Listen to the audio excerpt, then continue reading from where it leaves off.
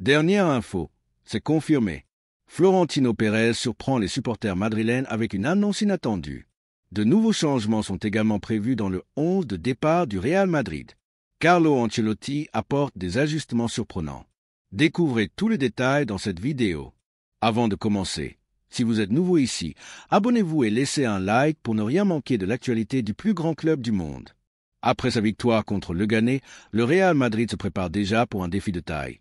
La demi-finale retour de la Coupe du Roi contre la Real Sociedad ce mardi à 21h30. Il s'agira du 50e match officiel de la saison, avec à la clé une potentielle 4e finale après la Supercoupe d'Europe, la Coupe intercontinentale et la Supercoupe d'Espagne. Des absences de taille pour Ancelotti.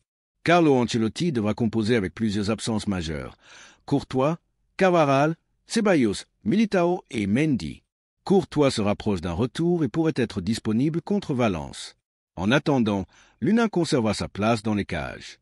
Ceballos et Mendy poursuivent leur récupération en vue du choc face à Arsenal en Ligue des Champions. Militao et Carvajal suivent un programme plus long et espèrent revenir avant le mondial des clubs aux États-Unis en juin-juillet. Des choix tactiques cruciaux pour Ancelotti.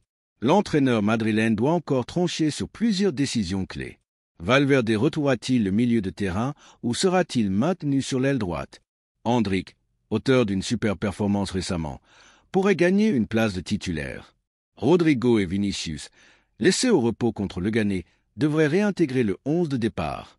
Les jeunes appelés pour renforcer l'effectif. Pour ce match décisif, Ancelotti a convoqué plusieurs jeunes du centre de formation, Gonzalo, Chema et David Jiménez.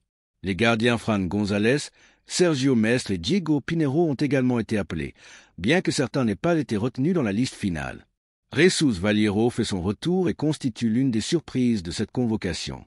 Un mercato déjà en préparation, Bruno Fernandes dans le viseur.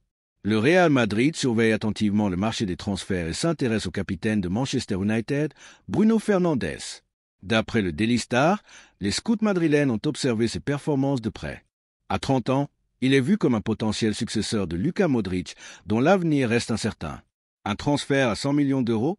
Bruno Fernandes, élément clé des Red Devils, a récemment prolongé jusqu'en 2027, mais pourrait être tenté par un nouveau défi au Real Madrid. Son transfert pourrait atteindre 100 millions d'euros, un montant similaire à celui déboursé pour Cristiano Ronaldo en 2009. Cependant, Manchester United pourrait se montrer réticent à le laisser partir, à moins d'une offre difficile à refuser. Que pensez-vous de ces nouvelles? Partagez votre avis en commentaire et laissez un like. À bientôt et à la Madrid!